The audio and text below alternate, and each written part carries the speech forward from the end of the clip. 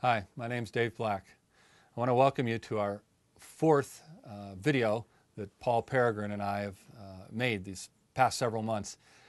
Today's video is going to be on cycling at the U.S. Velodrome here in Colorado Springs.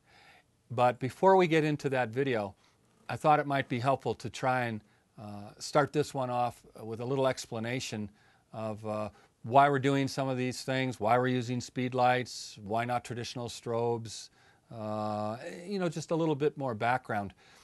Paul and I had actually, when we had the idea to do these videos, showing sports action using speedlights and high-speed sync, we had anticipated that people would read the articles that are on my website that gives you all the camera data, information, example images, and rather in-depth explanation of how we went about using the speedlights along with the Foursquare product and the Radio Popper PX transmitter and receiver system, and so forth.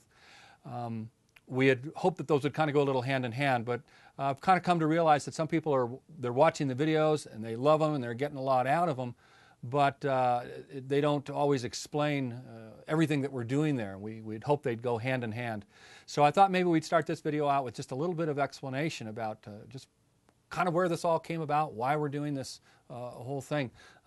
First of all, let me just give you my website address, which is www.daveblackphotography.com. And within my website, you should just click on Workshop at the Ranch. That'll take you into the Workshop at the Ranch articles, which basically is a series of monthly articles that I write.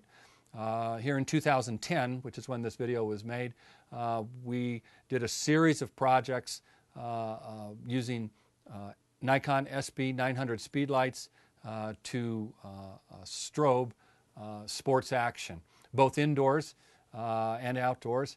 And those articles should really reveal a lot of information to you. I think then with going back and watching the videos that we've prepared, we have one video on ice hockey where we used speedlights to light up ice hockey arena, college ice hockey arena. Then we did a motocross video as well, outdoor sports. Then we went kind of way out on a limb and just basically funded a project ourselves, which was to photograph surfers. I just personally wanted to see how far could we have speedlight reach, what kind of action could we make, what kind of surfing pictures could we make.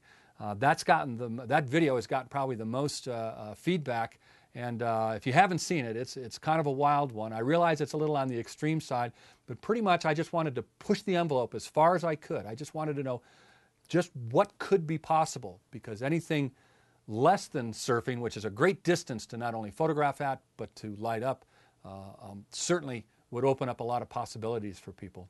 This is going to be our fourth video on cycling at the Velodrome. The whole idea of what I wanted to do was combine ambient light, both indoors or outdoors, depending on the venue, along with strobe or flash. Traditionally, if I were to light a basketball game, I actually use the Elinchrom strobe system, sports strobe system, which also would include using the Elinchrom Ranger packs and so forth. They're installed in the catwalks. You illuminate the entire arena. And that would be a traditional way to do it. It's the way I did it for Sports Illustrated when I did work for them. That's the way I've done it for Newsweek and various other magazines and groups as well. But there was always the idea that I wanted to try and do some different things. And I wanted lighting to go outdoors as well. The big thing was to use strobes outdoors. Unfortunately, with a traditional strobe system, you're sort of held by the sync speed of 1/250th of a second, which is obviously not fast enough to shoot sports. So your strobe light has to be at least 3 times brighter than whatever the ambient light is. In other words, if I'm in an arena shooting basketball and I have my strobes turned off, the picture that I would take would be jet black. There would be nothing. I would see no players, no ambient light at all. All of the illumination comes from the strobes, and all of the frozen action comes from the very fast flash duration that a sports strobe produces. Unfortunately, that's not going to work outside. At 2/50th of a second, I'm going to have all this ambient light coming in, And the combination of the two ends up with a ghosting kind of image where the image has movement in it. And I thought, well, something has to be better than that. What I found this year, and have been working with all during 2010 and actually a little bit in 2009, is the Nikon Speedlight system and their cameras using the Auto FP high-speed sync custom setting. That allows me to not only use speedlights, dedicated speedlights, the Nikon system with a Nikon camera, but it allows me to use any shutter speed I want. I can use 500th of a second, or 1,000th of a second, or 1,600th of a second, or 2,000th of a second, or even 4,000th of a second. There becomes this huge advantage. My goal was to take it outdoors, shoot sports like motocross or track and field and cycling and things like that.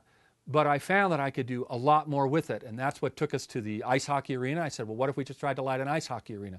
And we found by combining ambient light in the ice hockey arena and then using the flash as what I would call a fill flash. That's essentially what this is. It's a giant fill flash by combining ambient and flash, that I could use a fast shutter speed, 1,600ths of a second, and produce a strobe lit hockey image without bringing in 6 power packs, extension cords, light stands, you name it, 5 or 6 cases of equipment, very complex, very cumbersome. And certainly by using the speedlights, I was able to use this equipment outdoors as well. Let me just say a couple things about it. A lot of people have said, well, gee, you're using 8 speedlights in a lot of these shoots. And that's true. And people, I said, why would you use 8? And I said, because I own them. I own 8 speedlights. I bought 8 speedlights. There's a real kind of misconception sometimes that Nikon is funding me and that they send me truckloads of equipment or something. Well, that is not the case. I own all my equipment, all my Nikon gear, all my lighting gear, all the speedlights. I own those things. I don't have that equipment being supplied to me. That being said, 8 speedlights is not necessary. I use 8 quite often because I have them, but 4 is probably a great number. 4 speedlights works tremendous things, both indoors, if you're lighting like high school or small college arena basketball or volleyball or hockey.